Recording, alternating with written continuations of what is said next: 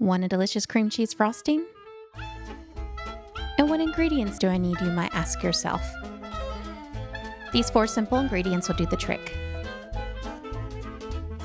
Add some softened butter and cream cheese to a mixing bowl. You can use a stand mixer or hand mixer, either one will work.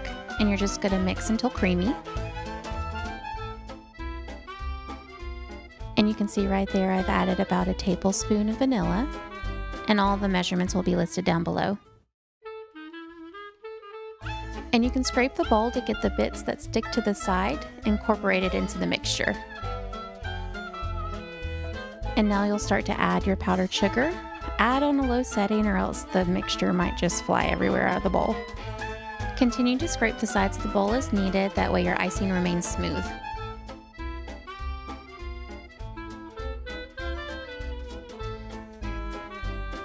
And as it gets thicker, you can increase the speed on your mixer. And once it gets to a consistency that you like, then you're done. It's a delicious cream cheese that's good for decorating and for icing. I hope you guys enjoy it. Thanks so much for watching.